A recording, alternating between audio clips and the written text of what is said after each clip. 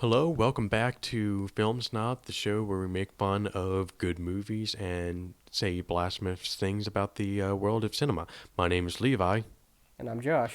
and this is the spoiler-free video for 10 Cloverfield Lane, which came out at the time of this recording just 2 days ago. So we had discussed in our spoiler-laden video, which you can find in the description box below.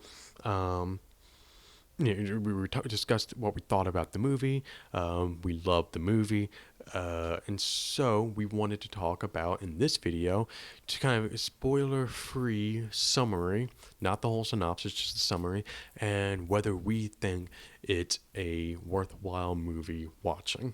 Yeah, absolutely. And we should mention right off the bat that if you're expecting, a complete alien invasion sort of movie like the first Cloverfield was, you might be slightly disappointed.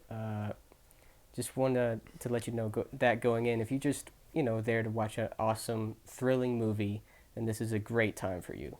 Yes, absolutely. So let's just dive in real quick to the general summary. I'll just go over it real quick. So, the story is mostly focused on this young woman named Michelle. She's in her early 20s. She skips town. She's trying to escape her demons, and you never fully understand exactly why, but you can understand that she's avoiding, somebody named Ben, who she seemed to be in a relationship with. Ben keeps calling her on her phone while she's driving in her truck at midnight. And I believe this is in the Louisiana area, from what I can tell from signs on the street. And so she gets into a horrible car accident. She wakes up in an underground bunker. John Goodman comes in later and says he's trying to help her. He's a little cryptic about it.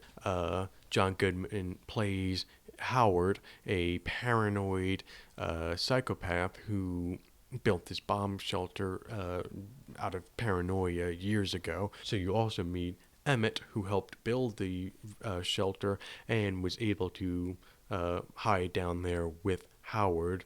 And so then it's really a sci-fi film disguised as a gripping thriller where these two people, Emmett and Michelle, are trying to deal with the how should I put it? I guess just the sociopathic, psychopathic, paranoid, borderline paranoid, schizophrenic ramblings and actions of John Goodman's character, Howard. And that's really all that we'll go into on this spoiler-free video. If you want us to explain everything that happened in the movie and what we thought about all those aspects of the movie, you can see our other video. But yeah, so that's the basic summary. So, Josh, would you recommend this movie and why? I would definitely recommend this movie for certain reasons. Like I've said it before, this is the most tense I've ever felt in a film ever. Mm-hmm. And I've never seen John Goodman in this light, and I'm so very glad that they put him in this kind of acting situation because he was absolutely perfect for it. Yeah, I can't imagine. And I can't imagine anybody else playing it. me neither. It was amazing, and so you will be extremely thrilled watching this movie. I wouldn't call it a horror, No, no. but I would certainly call it a thriller. Yes, And yes, absolutely. Very, very apt. definitely kept me on the edge of my seat. Oh yeah. So would you recommend this? An emphatic hell yeah, I would recommend this movie. I mean, if you're looking for a sequel to Cloverfield, you're not really getting it. It's more of, as J.J. Abrams said in a recent interview, more of a blood relative of Cloverfield. And so, yes, I agree with Josh. It's an extremely intense film. You'll be on the edge of your seat. As they say in WrestleMania, you'll pay for the whole seat, but you're only going to need the edge. Um, I thought that was a good line. And yes, I mean, it really is extraordinarily well done film.